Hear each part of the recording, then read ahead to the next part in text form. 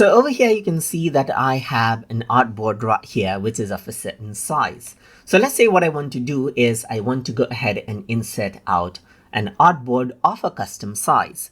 In that case, around over here, when you're on vector mode, you can go around onto the left hand side, and here you can see the artboard.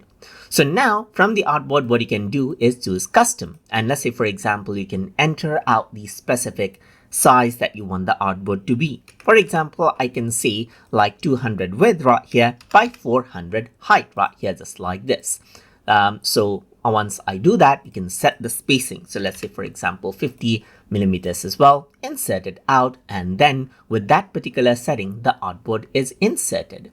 If I were to go ahead and let's say, for example, add in 800 right here, then I can add in other artboard just like this as well.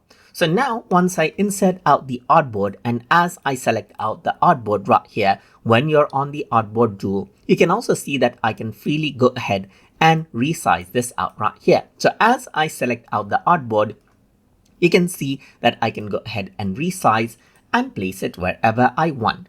If I want to go ahead and then be specific while resizing, instead of resizing this freely right here, then you can go on to the transform section right here.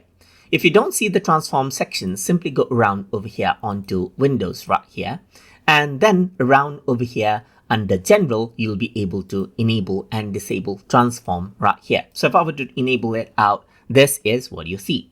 And then around over here, you can go ahead and type in the exact width and height. So you can set the X and Y position as you want. You can go ahead and let's say, for example, add in a certain width and height right here, just like this. And this is what you have.